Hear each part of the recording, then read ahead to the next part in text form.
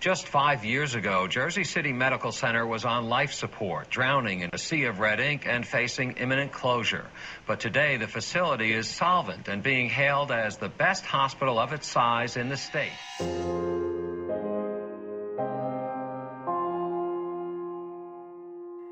Every day, every person who works at Jersey City Medical Center really works to enhance the life of the people that we serve.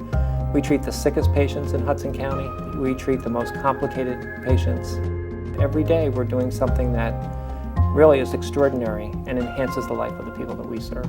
Over the last year, we began to look at where the gaps in services were in Hudson County. What are the things that we don't provide now, even though patients need them?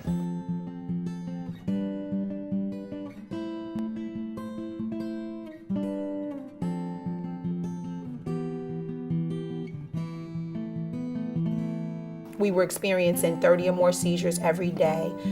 And in South Carolina, they didn't have that kind of extensive care. So I pretty much left my job, left my house to come up here and get him this help. When I saw him the first day in the clinic, he had 4 grand mal seizures that day. He had toxic levels of medication in his system. We did an emergency admission into Jersey City Medical Center. We started to do a procedure called video EEG. We monitor the brain waves continuously. We were able to adjust his seizure medications, his therapy, more appropriately for his condition. When you were on so much medication and you couldn't interact with people, how did you feel? Left out. People who go on for years and years with uncontrolled seizures and terrible side effects from medications. And there's therapies that have the potential to cure them or make them significantly better. We didn't think that there was any more hope. You know, it's just been very fulfilling to see his personality come back and him to be able to kid around with his mom. He's happy. He'll dance. The kids tape him dancing. He's interacting more. We were able to turn them around. They have a whole new perspective on life. Quite frankly, 3 years ago, we didn't have as comprehensive a medical center as we have today, because we've been able to grow programs here based upon our evaluation of what's needed in the community. Physicians will always come to a hospital when they see that you're really focused on our patients. Hospitals can do very well by having surgeons do a lot of surgery. The more surgery a surgeon does, the more profitable things can be for the hospital. Having administration realize that it's more about patient care than it is the bottom line is amazing. And here we have administration that recognizes that. They recognize that patient care comes before anything else.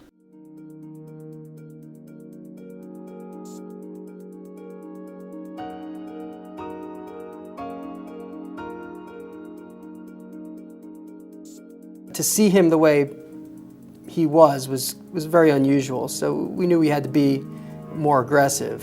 This is the worst pain that I've ever experienced. I'm talking about, I ripped my thumb out of the socket, hanging on my hand, and I thought that was painful.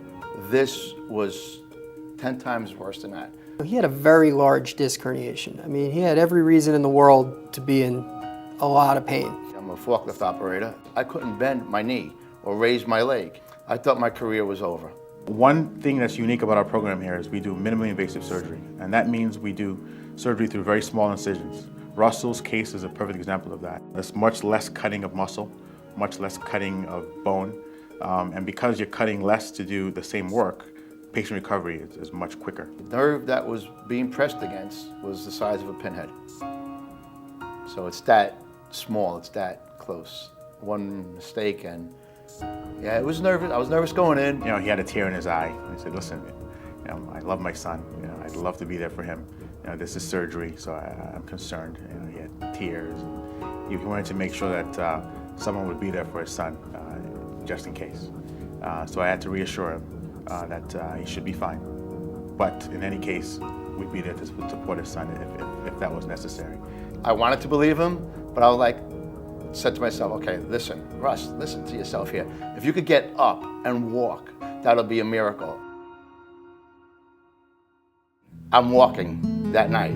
I was in pain, I couldn't move, I had lost function of my leg, the whole bit. It was incredible. To see him in the office at 2 weeks and 6 weeks, moving around, explaining how much better he is and expressing his gratitude, it really makes me reflect and makes me very humbled to be in the position that I'm in to help someone like him. I'm ready. I start therapy tomorrow, and I just can't wait to get started because the recovery was, my back is better now than it's been in years.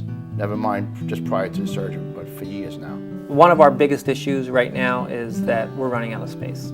We're looking at an emergency department expansion. You know, we're the trauma center, we're the open heart surgery center. In fact, we just had a case where a woman came in, she was 6 months pregnant. She had a dissecting aortic aneurysm.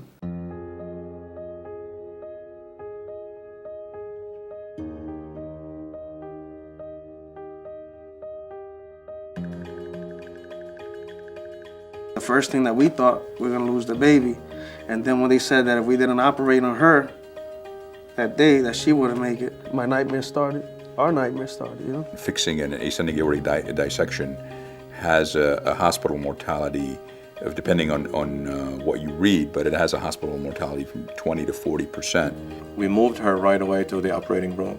I just wanted to have the baby removed and give the baby a fighting chance for himself. The baby came out crying and we all were very happy. They let me see my son. They had him covered in a piece of paper, working on him. What I saw was his tiny feet. People from the NIC unit, the nurses there, they were there comforting me and telling me everything was gonna be okay. It was a sense of joy for everybody to have a life being born for a patient that her life is on the verge. Dr. Han started to work on the heart, still optimistic and working very hard. It seemed like forever. It seemed like they were in there, I'm talking about for days. Just the thought of losing a patient that is 30 years old, that is a mother of 4, you know that you're going to give 110%. Thought he was gonna lose her. He said he wasn't giving up.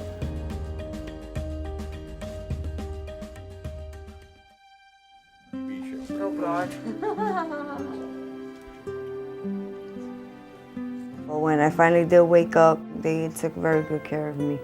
Another hospital, she would have never made it. Yeah.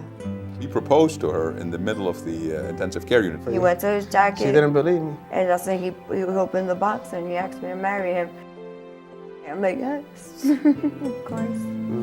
I'll never leave her side, you know, she needs me, you know, and he needs me. If she had been brought to another hospital who didn't provide open heart surgery services, she probably would have had to either been transferred to us and lost some time, or would not have made it.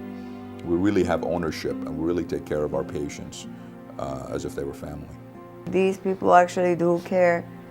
They'll come upstairs and say prayers, you know, it's like down to the cafeteria staff.